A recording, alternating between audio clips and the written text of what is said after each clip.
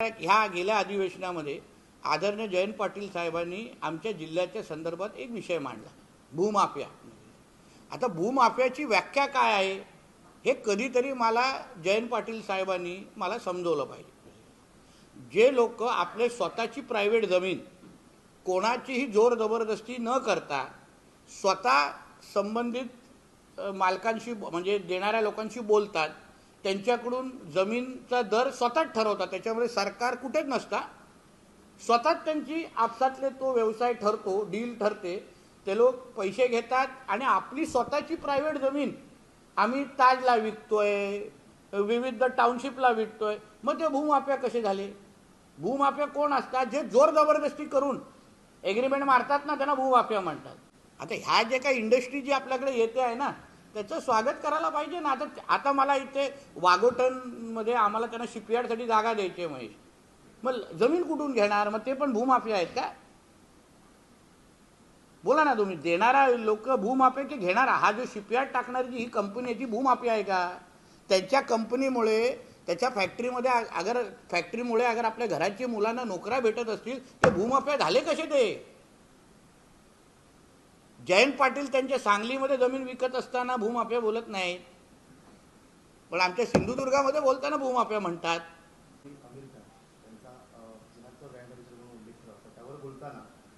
खासदार अरविंद सावंत असं म्हणतात की तुम्ही राम मंदिराच्या चोरीच्या विषयी बोला, तुम्हाला आता जिहाद का आठवतोय आणि तुम्ही आमच्या मंदिरांवर जिहाद केला. एक लक्षात घ्या, आमच्या हिंदू समाजाचे किंवा हिंदू धर्माची, सनातन हिंदू धर्माचा आम्ही गौरव का करतो, विशाल हिंदू धर्माला का मानतो?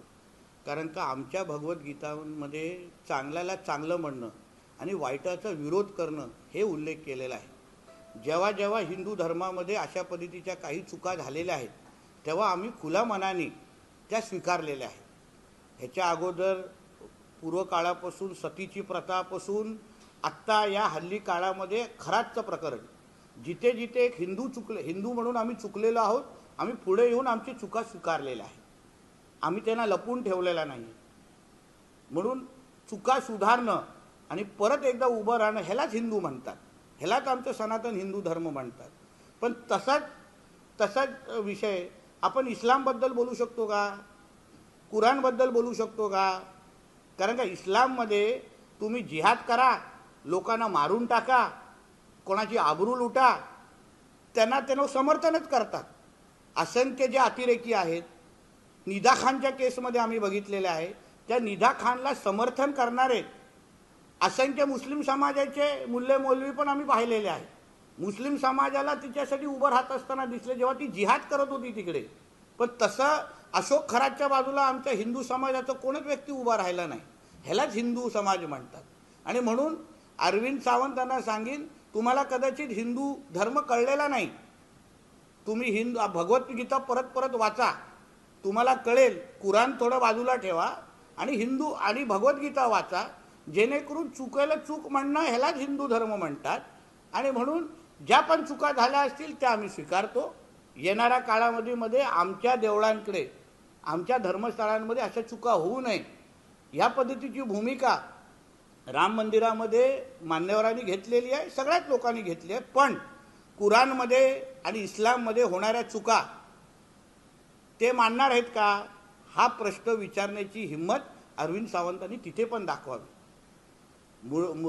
मुर्शिदाबादमध्ये, पश्चिम बंगालमध्ये मुर्शिदाबादमध्ये हे लोक बाबरी मस्जिद बांधतायत. तिकडच्या पण दानपेटीचा फार मोठा घोटाळा झालेला होता काही महिन्या अगोदर. का उल्लेख केला नाही उद्धव ठाकरेंनी? का आंदोलन केलं नाही अरविंद सावंतनी आणि त्यांच्या आदित्य ठाकरेंनी? जो न्याय तुम्ही मंदिरांना लावला तो न्याय मस्जिदींना पण लावा ना.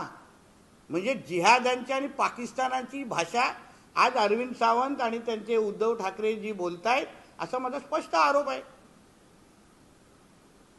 हिंदू धर्माला बदनाम करण्याची सुपारी त्या लोकांनी घेतलेली आहे. नाही ना, चला.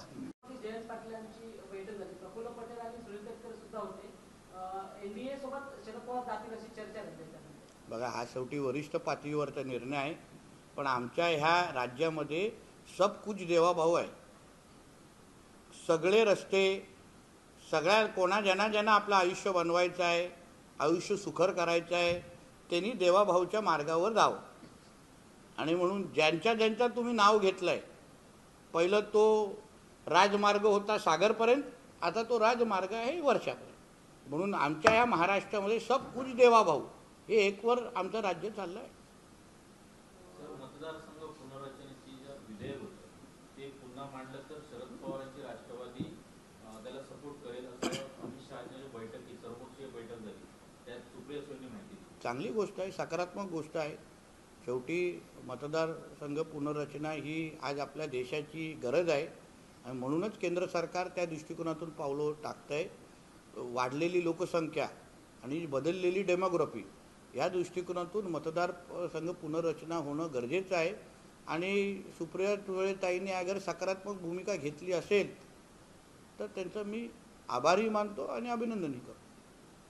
ठाकरेंच्या शिवसेनेच्या रामरक्षा पटलच्या उपक्रमानंतर आता काँग्रेस रामभक्त आस्था जागरण अशी 19 जुलैपासून सुरू करणार. अरे जिहाद्यांची भाषा बोलणारे, मुस्लिम लीगचे कपडे घालून सर तन से जुदा बोलणारे अगर आमच्या रामदेवताच्या जवळ येत असतील तर त्यांचं मी स्वागतच करतो.